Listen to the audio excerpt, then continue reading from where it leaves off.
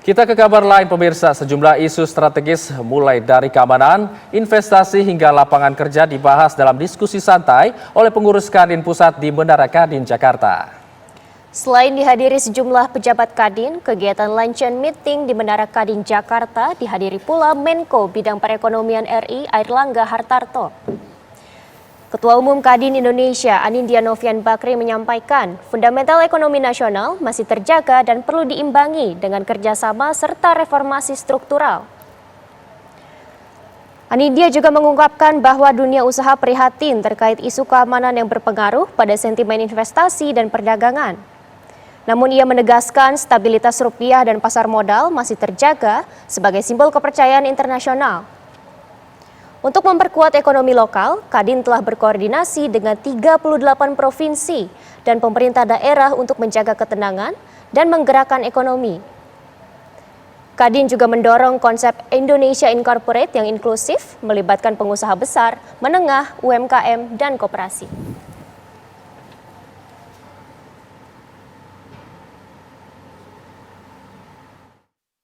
Kami dari dunia usaha tentu prihatin. Karena isunya ini kan tentu di awal mengenai keamanan. Nah, karena keamanan ini tentu membuat sentimen dari sisi investasi, dari sisi perdagangan. Tapi yang kedua, kami juga sadar bahwa kita mesti berpikir positif ke depannya untuk membangkitkan perekonomian jauh daripada bayang-bayang ketakutan.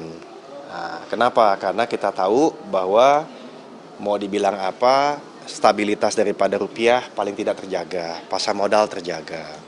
Nah, ini merupakan suatu simbol buat dunia luar.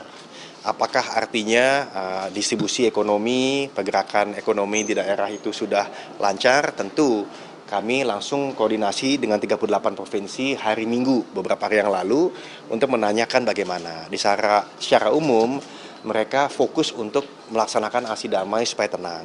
Yang kedua, bekerjasama dengan tentunya wali kota dan bupati untuk bisa menggerakkan ekonomi tanpa cepat-cepat tentunya mendapatkan tekanan untuk PAD, pendapatan asli daerah. Nah, ini yang kami kerjasamakan melalui koordinasi dengan Menteri Dalam Negeri. Tapi yang terakhir ialah pesan yang paling penting adalah Indonesia Incorporated atau gotong royong korporasi itu mesti inklusif, jadi bukan saja pengusaha yang besar, tapi juga yang menengah dan tentunya UMKM dan koperasi.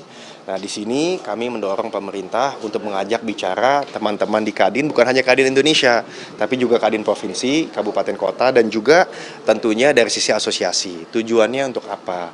Kita membutuhkan deregulasi. Nah, tadi sudah disampaikan bahwa salah satu deregulasi yang mau dijalankan ialah mengenai ketenaga kerjaan. Nah, ini penting. Nah, apalagi sekitar 3 bulan yang lalu sudah dicanangkan Satgas dari tenaga kerja dan Satgas deregulasi. Dua-duanya mesti ditindaklanjuti.